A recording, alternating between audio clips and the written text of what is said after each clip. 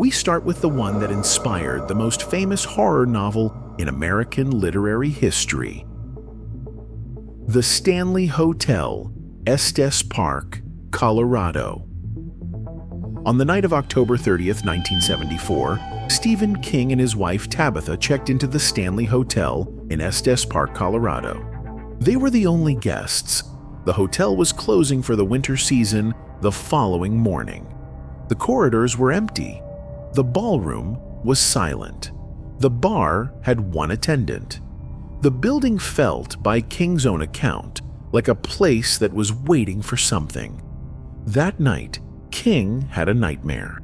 His young son being chased through the hotel corridors by a fire hose that had come to life. He woke up in room 217, sat on the edge of the bed, lit a cigarette. By the time he finished it, he had the entire plot of The Shining in his head.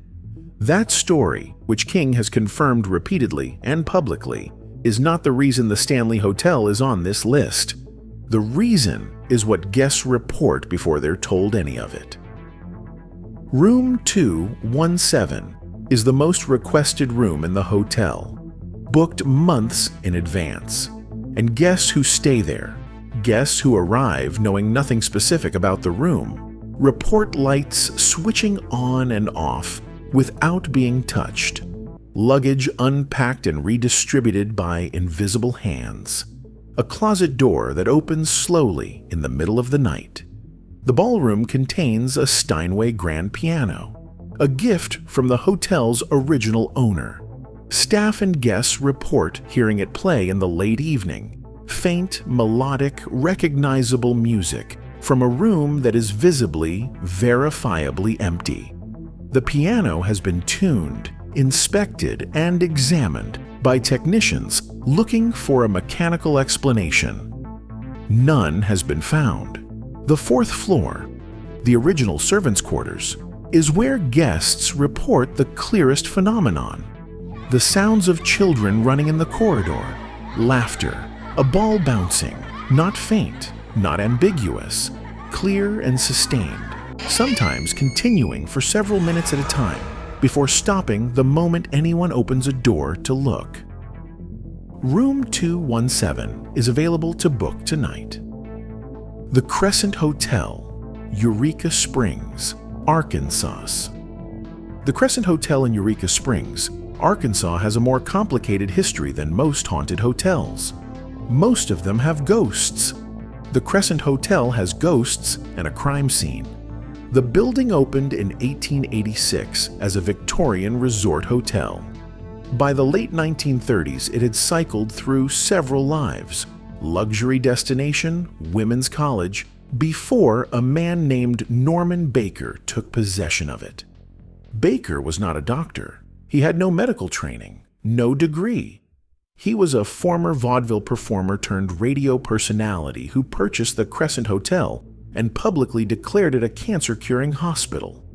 He charged patients enormous fees for treatments that had already been condemned by the American Medical Association as medically fraudulent. He installed a morgue in the basement. He operated this facility for years before federal agents arrested him, tried him for mail fraud, and sent him to prison. During Baker's tenure, patients came to the Crescent hoping for a cure and received nothing of the kind.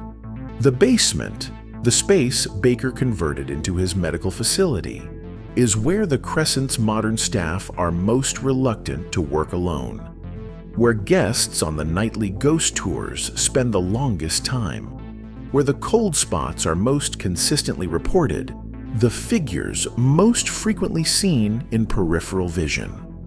Whether those phenomena are connected to the building's physical history or are the product of suggestion in a space whose story everyone knows before they descend is a question each guest answers for themselves. What isn't debated is the history. The Crescent Hotel is now a beautifully maintained luxury hotel and spa. Victorian furnishings, elegant dining, mountain views, and a basement that most of the staff won't enter alone.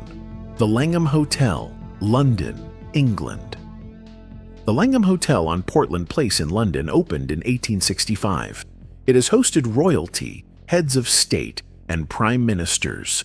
It is, by any conventional measure, one of the finest hotels in Europe. Egyptian cotton, silver service, a concierge who can get you tickets to anything. It is also, according to an unusually credible body of witnesses, comprehensively haunted, with activity concentrated in and around Room 333. Room 333 is the room the staff request not to be assigned to during night shifts. The figure most frequently reported is a man in Victorian-era evening dress. He appears near the window or at the foot of the bed. He doesn't speak. He doesn't move toward anyone. He stands, remains visible for several seconds, and fades. The consistency of that description, the same clothing, the same position, the same duration, reported by unconnected guests across multiple decades, is what separates the Langham from hotels where the ghost story was simply invented for marketing purposes. The Langham's most credible witnesses come from an unusual source. The BBC headquarters sits directly across the street. BBC journalists, presenters, and production staff who have stayed at the Langham during late-night work schedules have reported experiences in Room 333 specifically. Several have spoken publicly about them. A BBC presenter's account of what they saw in that room carries different weight than an anonymous review. The Langham does not aggressively market the hauntings. It is a five-star hotel that would rather be known for its afternoon tea, but it does, in certain cases, quietly offer guests booked into Room 333 a polite option to move to another floor. The offer itself tells you something.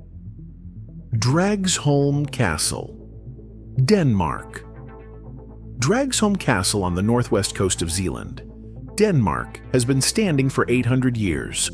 It has served as a medieval fortress, a prison, a noble residence, and since the 1930s, a hotel and Michelin-starred restaurant. You can eat a 7-course Nordic tasting menu in a dining room built in the 12th century. Then retire to a room that has reportedly had over 100 documented ghost sightings across 8 centuries. The castle's 3 most discussed presences are known by their descriptions. The Grey Lady moves through the corridors at night, performing routines that appear to belong to a domestic schedule centuries out of date. Staff working night shifts describe a gray figure appearing in peripheral vision along the same routes she has apparently traveled for generations.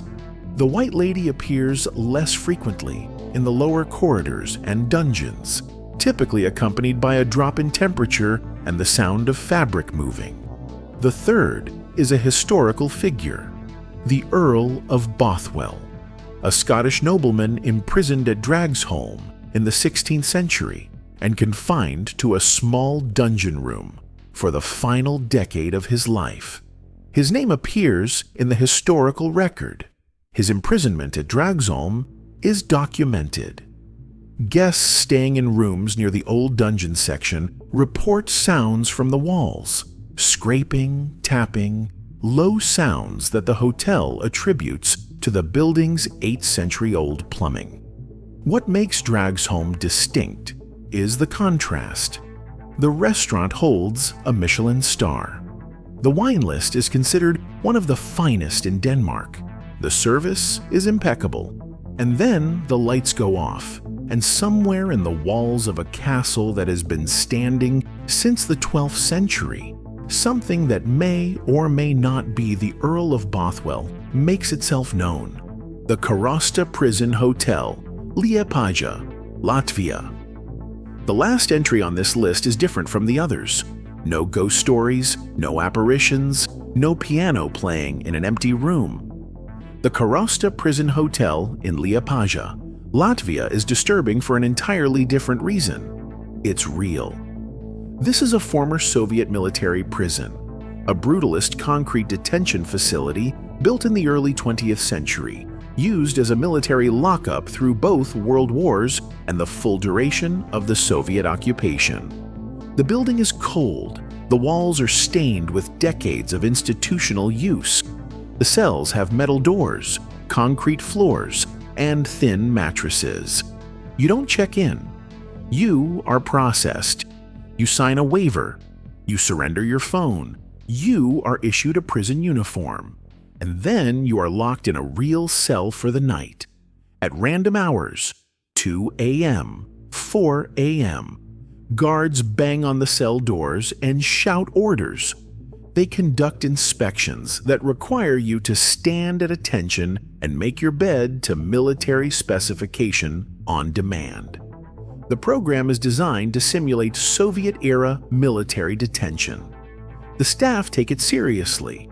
Reviews from guests who chose this, paid for it, and signed the waiver in full understanding of what they were agreeing to, consistently describe the experience as genuinely unsettling.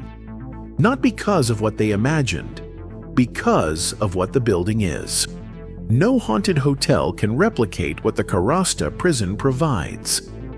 A building that was actually used, for actual detention, by an actual occupying military force, in living memory. The atmosphere is not manufactured, it's inherited. And lying on a thin mattress in a locked cell in that building at 3 a.m., listening to footsteps in the corridor, the question isn't whether something supernatural is coming. The question is whether you understand what happened to the people who had no choice about being here. 5 hotels. One inspired the most famous horror novel in American history and still plays piano in an empty ballroom. One was a fraudulent cancer hospital with a morgue in the basement. One has a ghost whose consistent description across decades gave a 5-star London hotel a room it gently warns guests about. One serves Michelin-starred food while an 800-year-old prisoner taps on the dungeon walls. And one is simply a Soviet military prison that you voluntarily lock yourself inside. Here is what these 5 places have in common. They all accumulate history in a way that most buildings don't. And history, it turns out, doesn't always stay where you put it. Whether what guests experience in these places is supernatural, psychological, architectural, or something else entirely is a question that won't be resolved in a video. It will only be resolved in a room at 3 a.m. when you're the only one who should be there.